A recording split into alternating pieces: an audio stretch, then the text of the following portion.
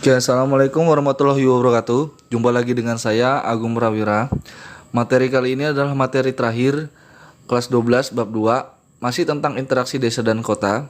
Untuk subtemanya adalah istilah-istilah perpindahan penduduk antara desa dan kota, lalu antar negeri atau antar negara. Kemudian dampak perkembangan kota terhadap masyarakat desa dan kota serta sebaliknya.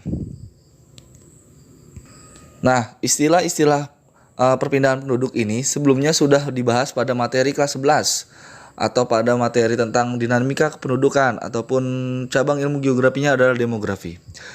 Perlu diketahui pengertian dari transmigrasi adalah perpindahan penduduk dari wilayah yang padat ke wilayah yang jarang penduduknya. Lalu kemudian urbanisasi adalah perpindahan penduduk dari desa dan kota. Yang ketiga adalah ruralisasi adalah perpindahan penduduk dari kota ke desa untuk menetap. Yang keempat, imigrasi, perpindahan penduduk dari luar negeri ke dalam negeri. Yang kelima, emigrasi, perpindahan penduduk dari dalam negeri ke luar negeri. Dan yang terakhir adalah remigrasi, yaitu adalah pemulangan penduduk ke negara asalnya. Biasanya penduduk yang memiliki kasus ataupun ada suatu tugas di luar negerinya sudah selesai sehingga dia pulang kembali ke negara asalnya. Lalu kemudian di sini adalah kita membahas tentang bab interaksi desa dan kota, berarti berkaitannya adalah urbanisasi. Maka perlu diketahui adalah faktor penarik dan pendorong urbanisasi. Yang pertama adalah kemajuan teknologi dan pendapatan sektor industri mendorong sebagian petani untuk pindah ke kota dan meninggalkan sektor pertanian. Karena di sini masyarakat desa yang melihat potensi pekerjaan ataupun lowongan suatu pekerjaan di daerah kota. Yang kedua adalah kota merupakan daerah yang banyak mengembangkan sektor industri sehingga memerlukan tenaga kerja banyak. Dan yang ketiga adalah sarana dan prasarana kesehatan, pendidikan, komunikasi, dan transportasi di kota lebih memadai. Artinya, ini salah satu penarik para masyarakat desa untuk melakukan urbanisasi atau pindah ke wilayah perkotaan. Oke, lanjut di sini materinya adalah tentang dampak perkembangan kota terhadap masyarakat desa dan kota.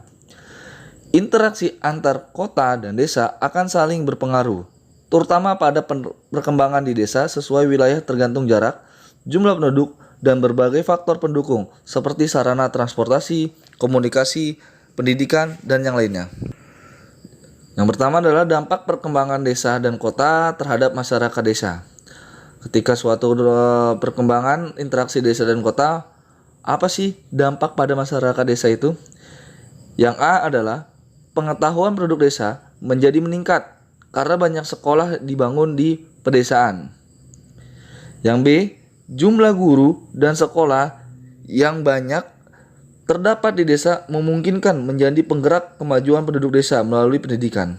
Apalagi sekarang pemerintah sudah menyebar ataupun ada program mengajar daerah terisolir, terluar, dan terdalam. Salah satu istilahnya memajukan daerah-daerah yang terbelakang, terpelosok, bahkan desa-desa yang tertinggal.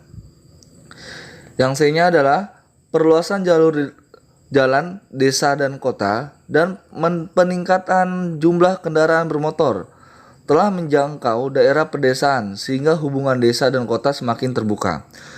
Ketika suatu sarana ataupun suatu fasilitas sudah memadai, maka efeknya adalah jalan yang sudah diaspal, lalu ada pembukaan jalan yang baru, bahkan sampai jalur-jalur yang dikatakanlah jalur-jalur tikus untuk melalui ke wilayah perkotaan. Yang D-nya adalah produktivitas desa semakin meningkat dengan hadirnya teknologi tepat guna. Kehadiran teknologi tepat guna akan meningkatkan kesejahteraan penduduk desa. Ketika istilahnya suatu sarana ataupun jalan sudah memadai, maka tidak mungkin, bukan tidak mungkin, suatu istilahnya kayak teknologi ataupun alat-alat canggih untuk memajukan desa pasti akan masuk ke wilayah desa. Yang E-nya adalah pelestarian lingkungan hidup pedesaan, seperti pencegahan erosi dan banjir, penyediaan air bersih, serta pengaturan perairan dapat dilakukan dengan hadirnya para ahli ataupun berbagai alat dan teknologi yang datang ke wilayah desa. Yang F, peningkatan kegiatan wira swasta yang menghasilkan produk berkualitas seperti kerajinan tangan, industri rumah tangga, teknik perhubungan dan perbengkelan. Yang G-nya, pengetahuan tentang kependudukan bisa sampai ke masyarakat desa yang umumnya memiliki banyak anggota keluarga. Lalu kemudian yang terakhir, koperasi dan organisasi sosial yang berkembang di pedesaan telah memberi manfaat dalam peningkatan kesejahteraan penduduk dan pembangunan desa. Itu adalah salah satu dampak ketika interaksi desa dan kota pada masyarakat desa. Lalu kemudian ada dampak perkembangan desa dan kota terhadap masyarakat kotanya. Yang A, tercukupinya kebutuhan bahan pangan bagi penduduk perkotaan yang sebagian besar berasal dari daerah pedesaan.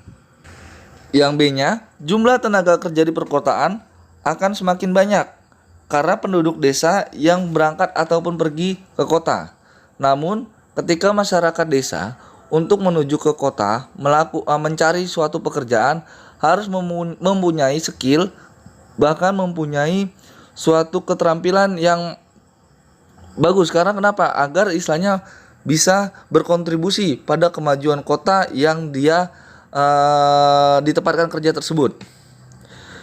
Yang C-nya, produk-produk yang dihasilkan di daerah perkotaan dapat dipasarkan sampai ke daerah pelosok desa sehingga keuntungannya diperoleh di daerah kota lebih besar. Itu adalah salah satu dampak positifnya bagi masyarakat kotanya. Sedangkan dampak negatif bagi kota akibat adanya interaksi desa dan kota sebagai berikut. Jumlah penduduk desa yang pergi ke kota tanpa mempunyai keahlian ataupun skill akan menimbulkan permasalahan bagi daerah perkotaan, yaitu semakin meningkatnya jumlah pengangguran dan penduduk miskin. Nah, yang tadi saya jelaskan adalah masyarakat desa minimal mempunyai skill ataupun keterampilan yang lebih.